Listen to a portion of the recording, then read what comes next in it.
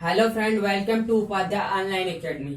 आज का हमारा टॉपिक है class 10th physics, chapter light reflection and refraction से related spherical mirror and refraction through spherical mirror.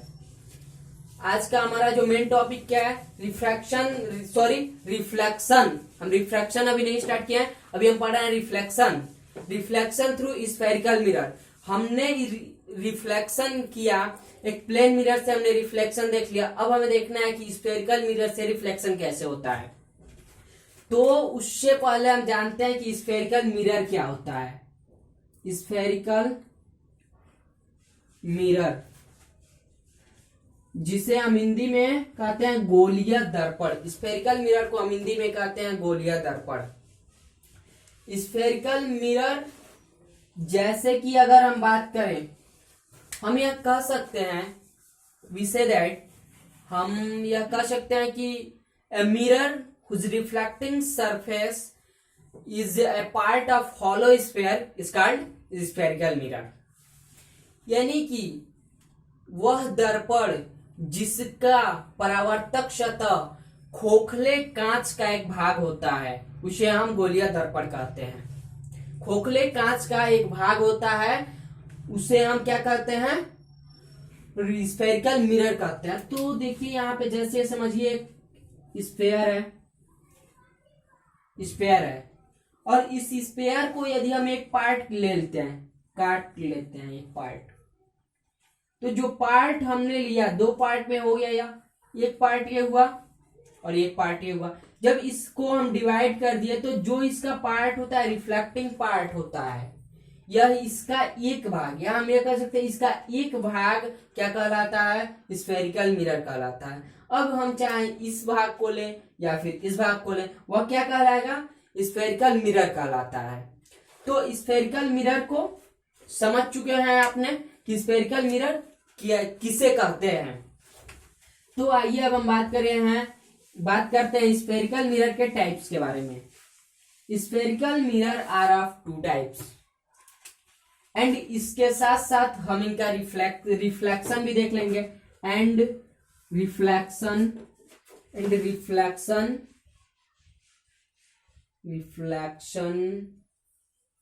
Through spherical mirror. Spherical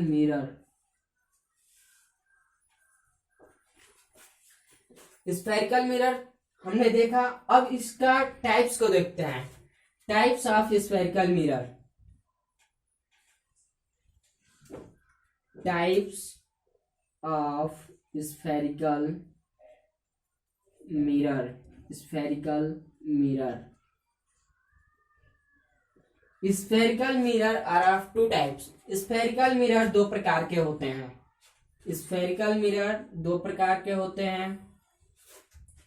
एक होता है हमारा कनकेव मिरर एंड सेकेंड होता है convex mirror. Concave mirror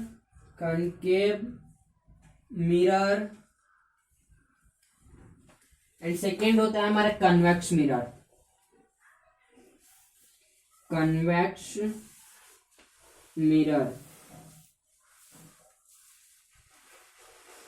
concave mirror and convex mirror. Concave mirror को हम हिंदी में अवतल दर्पण कहते हैं, और कन्वेक्स मिरर को हम हिंदी में कहते हैं उत्तल दर्पण।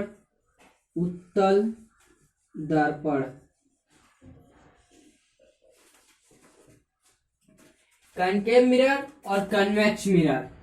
कनकेव मिरर को हम हिंदी में अवतल दर्पण कहते हैं, कन्वेक्स मिरर को हिंदी में हम क्या कहते हैं, उत्तल दर्पण कहते हैं। अब कनकेव मिरर क्या होता है, यानी कि अवतल दर्पण क्या होता है, तो हम यह जानते हैं कि एक जो स्फेरिकल मिरर होता है वह खोखले कांच का एक भाग होता है। तो उसका एक भाग कुछ इस तरीके का होगा, यह भाग है। अब इसका इनर पार्ट भी रिफ्लेक्टिंग सरफेस हो सकता है, आउटर पार्ट भी रिफ्लेक्टिंग सरफेस हो सकता है। तो जब इसका इनर पार्ट रिफ्लेक्टिंग सरफेस हुआ तो उसे क्या कहेंगे, और जब इसका आउटर पार्ट रिफ्लेक्टिंग सरफेस होगा तो उसे क्या कहेंगे। तो देखिए, जब एक स्फेरिकल मिरर का जब एक स्फेरिकल मिरर का इनर पार्ट, ये हमारा स्फेरिकल मिरर है और इसका इनर पार्ट जो होगा वो रिफ्लेक्टिंग सरफेस होगा, तो उसे हम कहते हैं कनकेव मिरर। ये हमारा इनर पार्ट है, यानी कि बाहर क्या है, इनर पार्ट रिफ्लेक्टिंग सरफेस है। या तो ये बोल सकते हैं कनकेव मिरर को, यानी कि कनकेव मिरर वह मिरर है जिसका परावर्तक सतह अंदर की ओर होता है, यानी दबा हुआ होता है। जिसका परावर्तक तल दबा हुआ होता है, यानी कि वह अंदर की ओर होता है। अब जब इसका परावर्तक सतह अंदर होगा, रिफ्लेक्टिंग सरफेस अंदर होगा इनर पार्ट में, तो इस बाहर इसका आउटर सरफेस पे क्या होगा, पॉलिश होगा। ये हमने किया पॉलिश, हमने क्या किया, पॉलिश किया। ये हमारा आउटर सरफेस है जो पॉलिश है, और इनर सरफेस है जो कि क्या है, रिफ्लेक्टिंग सरफेस है। ये हमारा हुआ रिफ्लेक्टिंग सरफेस, रिफ्लेक्टिंग सरफेस। ठीक, अब हम बात कर लेते हैं उत्तल दर्पण किसे कहते हैं, यानी कन्वेक्स मिरर किसे कहते हैं। कन्वेक्स मिरर यानी जिसकी परावर्तक सतह बाहर की ओर उभरा हुआ होता है, उसे हम कहते हैं कन्वेक्स मिरर।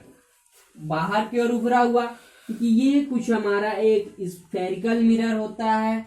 स्फेरिकल मिरर का जब परावर्तक सतह रिफ्लेक्टिंग सरफेस क्या होता है हमारा, रिफ्लेक्टिंग सरफेस बाहर की ओर उभरा हुआ होता है, तो उसे हम कहेंगे क्या, कन्वेक्स मिरर। ये हमारा बाहर की तरफ है, ये हमारा रिफ्लेक्टिंग सरफेस है। ये क्या हमारा रिफ्लेक्टिंग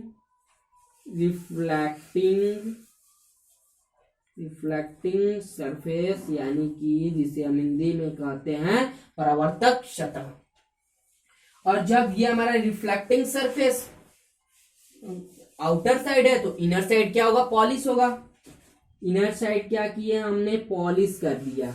इनर साइड को हमने, इनर सरफेस पॉलिश कर दिया इनर साइड को। आउटर जो हमारा साइड है उसको क्या किया, रिफ्लेक्टिंग सरफेस है, इसी पे लाइट रेज आएंगी और रिफ्लेक्ट होगी। और जो होता है कनकेव मिरर क्या होगा, इस पे लाइट रेज आ रही है। कनकेव मिरर और कन्वेक्स मिरर के बारे में एक इंपॉर्टेंट बात हम आपको बताते हैं कि कनकेव मिरर क्या होता है, या कन्वर्जिंग मिरर होता है। Concave mirror is a converging mirror. Concave mirror को हम कन्वर्जिंग मिरर भी कहते हैं। कन्वर्जिंग मिरर, कनकेव मिरर को कन्वर्जिंग मिरर क्यों कहते हैं, क्योंकि जब कनकेव मिरर पे लाइट रेज पड़ती है, जो उसके रिफ्लेक्टिंग सरफेस के, कनकेव मिरर के रिफ्लेक्टिंग सरफेस पे जब लाइट रेज पड़ती है, तो क्या करती है, आफ्टर रिफ्लेक्शन कन्वर्ज हो जाती है वो लाइट रेज, यानी मिल जाती है एक पॉइंट पे। जैसे कि अगर लाइट रेज ये पड़ी और यहां से कोई लाइट रेज पड़ी है, तो ये रिफ्लेक्शन होने के बावजूद, यहाँ रिफ्लेक्शन होने के बाद आफ्टर रिफ्लेक्शन एक पॉइंट पे मिल जाती है, जिसके कारण इसे कन्वर्जिंग मिरर भी कहा जाता है। ये आप समझ। अब हम बात करते हैं कन्वेक्स मिरर के बारे में। ये जो कन्वेक्स मिरर को ना हम डाइवर्जिंग मिरर भी कहते हैं। कन्वेक्स मिरर को हम क्या कहते हैं, diverging mirror. Diverging mirror, convex mirror को क्या कहते हैं, डाइवर्जिंग मिरर भी कहते हैं। क्यों कहते हैं, आइए देखते हैं। क्योंकि जब कन्वेक्स मिरर के रिफ्लेक्टिंग सरफेस पे लाइट रेज पड़ती हैं, तो क्या होती है, वो डाइवर्ज हो जाती है, फैल जाती है, बिखर जाती है, तो इसलिए उन्हें कन्वेक्स मिरर कहता है। जैसे कि ये रिफ्लेक्टिंग सरफेस है, जब इस पे लाइट रेज पड़ी, ये जैसे सपोज में कि ये लाइट रेज पड़ रही है और एक यहां से एक लाइट रेज पड़ रही है, तो क्या होती है, डाइवर्ज हो जाती है। लाइट रेज इधर चली गई, ये लाइट रेज इधर पड़ी, ये लाइट रेज जब इधर पड़ी है तो ये इधर रिफ्लेक्ट हो जा रही है, डाइवर्ज हो जा रही है, फैल जा रही है, और ये क्या हुई, इधर चली गई, इस साइड में फैल गई। यहाँ पे देखिए एरो देना मैंने भूल गया, सॉरी। एरो यहाँ पे हमने दे दिया, ये हो गया एरो, ठीक है। अब यहाँ पे हमने रिफ्लेक्टिंग सरफेस से क्या होती है, जब कोई लाइट रेस पड़ती है कन्वेक्स मिरर के रिफ्लेक्टिंग सरफेस पे, तो ये क्या होता है, डाइवर्ज हो जाती है, फैल जाती है, जिसके कारण इसे हम क्या कहते हैं, डाइवर्जिंग मिरर भी कहते हैं। तो हमने देख लिया स्फेरिकल मिरर के, और स्फेरिकल मिरर टू टाइप्स होते हैं, कनकेव मिरर और कन्वेक्स मिरर। इसे हमने अच्छे तरीके से समझ लिया। अब हमारा नेक्स्ट पॉइंट इससे कुछ रिलेटेड है कि जैसे कनकेव मिरर और कन्वेक्स मिरर से रिलेटेड कुछ पॉइंट्स पढ़ते हैं।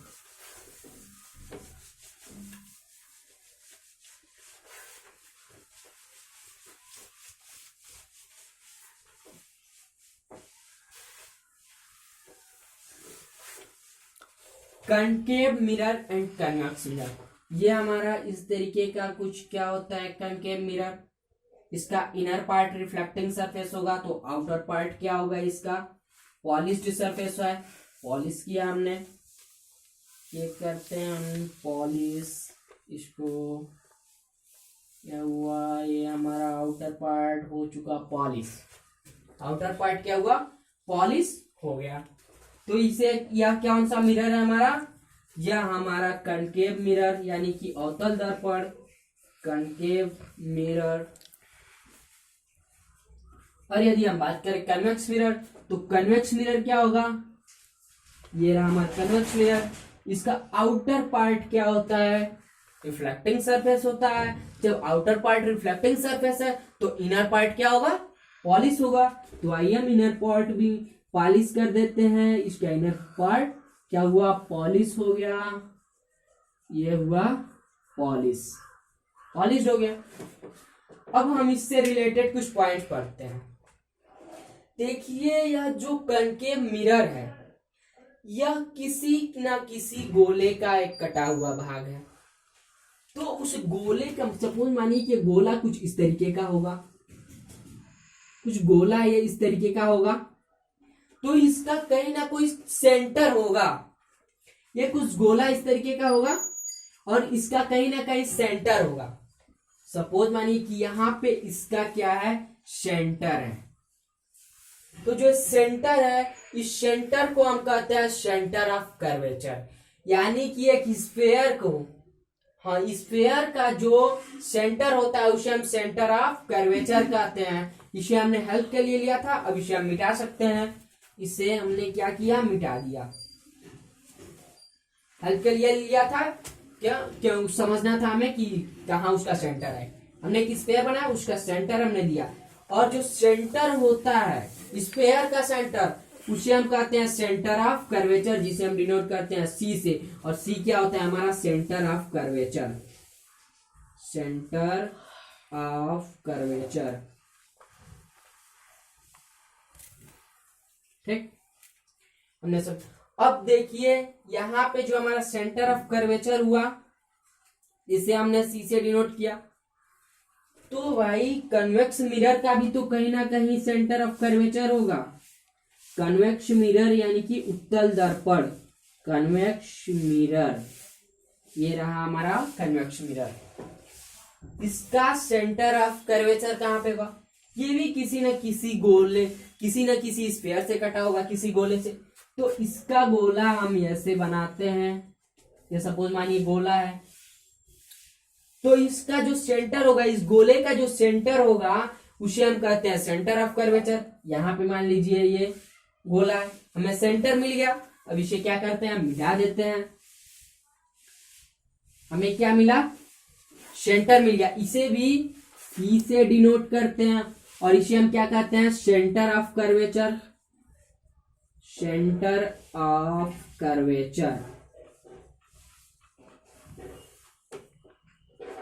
सेंटर ऑफ कर्वेचर को हम हिंदी में कहते हैं वक्रता केंद्र। सेंटर ऑफ कर्वेचर का हिंदी होता है वक्रता केंद्र, यानी कि सेंटर वक्रता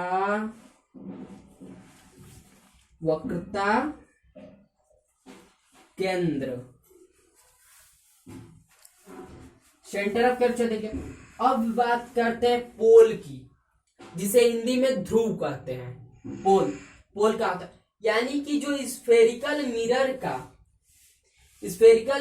का जो सेंटर होता है उसे हम कहते हैं पोल। यानी ये जो मिरर है, इसका जो सेंटर होता है यानी कि कनकेव मिरर का, स्फेरिकल मिरर के परावर्तक सतह का के सेंटर को हम क्या कहते हैं, पोल कहते हैं। ये हमारे पास मिरर है, स्फेरिकल मिरर का ये हमने पार्ट स्फेरिकल मिरर है, और इसके परावर्तक सतह का जो हमारा केंद्रक है, सेंटर है, ये हमारा सेंटर है, और इसे हम क्या कहते हैं, पोल कहते हैं, जिसे P से डिनोट करते हैं, ये P से, और इसे हम क्या कहते हैं, पोल कहते हैं।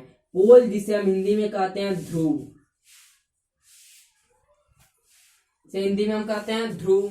तो इसका भी कहीं ना कहीं पोल होगा, तो इसका पोल कहाँ होगा, इसका मानिए सेंटर यहाँ पे है, तो इसका पोल वो हमारा यहाँ पे, जिसे P से डिनोट करते हैं, ये हमारा रहा पोल। ठीक है, अब देख लिया हमने सेंटर ऑफ कर्वेचर देख लिया, पोल भी देख लिया। अब आते हैं रेडियस ऑफ कर्वेचर के बारे में बात करते हैं, जिसे हम कहते हैं वक्रता त्रिज्या। रेडियस ऑफ कर्वेचर को हिंदी में हम कहते हैं वक्रता त्रिज्या, यानी एक स्फीयर के जो स्फीयर की त्रिज्या होती है, जो स्फीयर का रेडियस होता है, उसे हम कहते हैं रेडियस ऑफ कर्वेचर यानी वक्रता त्रिज्या। तो यह जो स्फीयर है और इसकी परावर्तक सतह की जो त्रिज्या होती है, तो परावर्तक सतह से त्रिज्या बन रही है, तो यह हमारी क्या हुई, त्रिज्या हुई।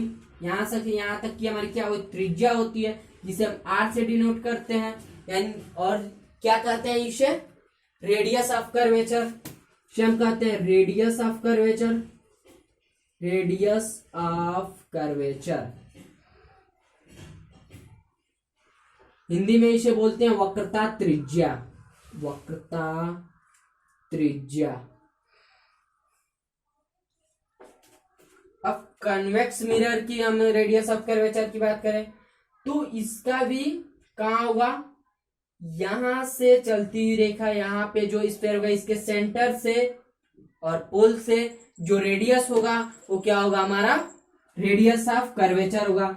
ये हमारा क्या हुआ, R हुआ, जो रेडियस ऑफ कर्वेचर है। Radius of curvature, radius of curvature, जिसे हिंदी में हम कहते हैं वक्रता त्रिज्या। ठीक है, अब हमने कितने पॉइंट्स को देख लिया, सेंटर ऑफ कर्वेचर देख लिया, रेडियस ऑफ कर्वेचर देख लिया, पोल देख लिया, इसमें भी हमने सब कुछ देख लिया। अब 2 पॉइंट्स और इसमें देखेंगे हम, जैसे कि प्रिंसिपल एक्सिस की बात करें। प्रिंसिपल एक्सिस क्या होता है, जिसे हम हिंदी में मुख्य अक्ष कहते हैं। प्रिंसिपल एक्सिस यानी जो सेंटर ऑफ कर्वेचर और पोल को मिलाने वाली, इन दोनों बिंदुओं को मिलाने वाली रेखा को हम प्रिंसिपल एक्सिस कहते हैं।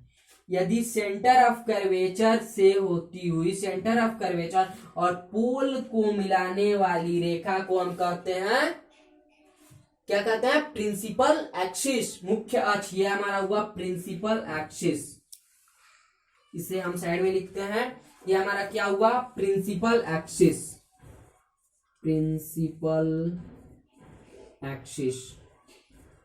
इसे हिंदी में हम कहते हैं मुख्य अक्ष, मुख्य अक्ष। यहां पे भी तो होगा प्रिंसिपल एक्सिस, तो यहां से पोल और सेंटर ऑफ कर्वेचर से यदि जो लाइन मिला रही है, इसे हम क्या कहते हैं, ये लाइन मान लीजिए, यहाँ पे सब कुछ पॉइंट है, यहाँ पे पॉइंट है हमारा, ये C से डिनोट किया है, और यहां से क्या हो रही है, जो लाइन मिल रही है वो क्या है, इसे हम कहते हैं principal axis, principal axis, axis. अब हमारा लास्ट पॉइंट है जी, अपर्चर। अपर्चर क्या होता है, उसके बारे में बात करते हैं। अपर्चर को हम हिंदी में बोलते हैं द्वारक। मिरर का अपर्चर क्या होगा, तो मिरर का जो अपर्चर होता है, यानी स्फीयर के व्यास जो होता है, जो गोले का व्यास होता है, उसे हम अपर्चर कहते हैं, यानी द्वारक कहते हैं। यह अपर्चर क्या होता है कि ये गोले का जो व्यास होता है, उससे गोले के परावर्तक सतह के व्यास को हम क्या कहते हैं, अपर्चर कहते हैं, यानी कि द्वारक कहते हैं। गोले का परावर्तक सतह ये है, और इसका हमारा क्या होगा, ये हमारा होगा व्यास, ये हुआ व्यास, और इसे हम बोलते हैं अपर्चर, जिसे हम हिंदी में बोलते हैं द्वारक। तो कन्वेक्स मिरर का भी अपर्चर होगा। कन्वेक्स मिरर का अपर्चर, ये हमारा रहा कन्वेक्स मिरर का अपर्चर यानी द्वारक, अपर्चर यानी द्वारक। तो इसमें हम इन सभी पॉइंट्स को देख लिए। अब रुकिए 1 मिनट, यहाँ पे अब आप एक पॉइंट देख रहे होंगे कि जो यह कन्वेक्स मिरर है, इसका रिफ्लेक्टिंग सरफेस तो बाहर की तरफ है, तो इसका सेंटर ऑफ कर्वेचर कहां बन रहा है, यानी कि जो सेंटर ऑफ कर्वेचर है बिहाइंड द मिरर, यानी सॉरी क्या हो गया, थोड़ी सी गलती हुई, सॉरी। ठीक है, हमने सब कुछ क्लियर कर लिया है। Aperture, radius of curvature, principal axis and centre of curvature, सब कुछ हमने देख लिया। इस वीडियो लेक्चर में हमने इन सभी को कवर किया, इन सभी टॉपिक्स को कवर किया। अब हमारे पास टॉपिक बचते हैं, इनसे रिलेटेड क्या बचते हैं, फोकस एंड फोकल लेंथ। तो फोकस और फोकल लेंथ को हम नेक्स्ट वीडियो में पढ़ेंगे, लेकिन उससे पहले साइन कन्वेंशन भी पढ़ लेंगे। लेकिन फोकस और फोकल लेंथ जरा इंपॉर्टेंट है, इससे हम इस पॉइंट में नहीं पढ़ रहे हैं, उसे नेक्स्ट पॉइंट में हम पढ़ लेंगे।